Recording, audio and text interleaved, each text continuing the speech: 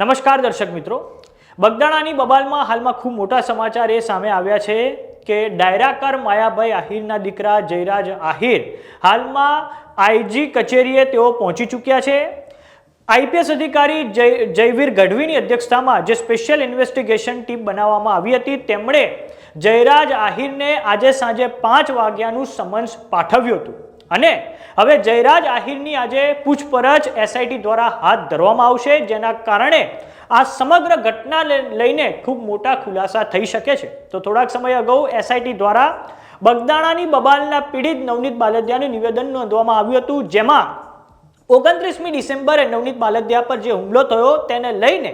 જયરાજ આહિરમાં જેટલા પણ 15 જેટલા ઓડિયો અને વિડીયો પુરાવા હતા તે તમામ પુરાવા નવનીત બાલદિયાએ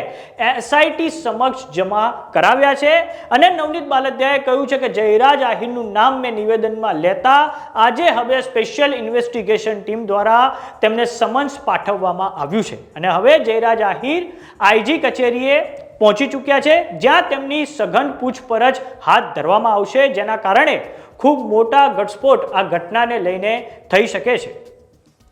તો વાત કરીએ બગદાણાની બબાલની, જેના કારણે કોળી સમાજમાં હાલમાં તો આક્રોશ વ્યાપેલો છે અને સમગ્ર કોળી સમાજની એક જ માંગ છે કે આ ઘટનાના મુખ્ય આરોપી જયરાજ આહિરનું નામ એફઆઈઆર એટલે કે ફર્સ્ટ ઇન્ફોર્મેશન રિપોર્ટમાં ઉમેરવામાં આવે અને પોલીસ તંત્ર હાલમાં આ જયરાજ આહિરને બચાવવાની કામગીરી કરી રહ્યું છે અને જેને લઈને હાલમાં રાજકારણ ગરમાયેલું છે અને હવે એસઆઈટી દ્વારા જયરાજ આહિરને આમંત્રિત કરવામાં આવ્યા છે, જેને લઈને આ પૂછપરછમાં ખૂબ મોટા ઘટસ્ફોટ આ સમગ્ર ઘટનાને લઈને થઈ શકે છે।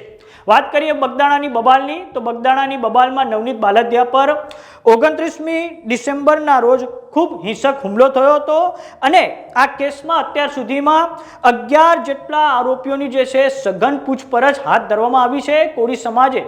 જ્યારે મુખ્યમંત્રી ભૂપેન્દ્ર પટેલને રજૂઆત કરી કે અમારે આ કેસમાં સ્પેશિયલ ઇન્વેસ્ટિગેશન ટીમનું ગઠન કરવામાં આવે, તે પછી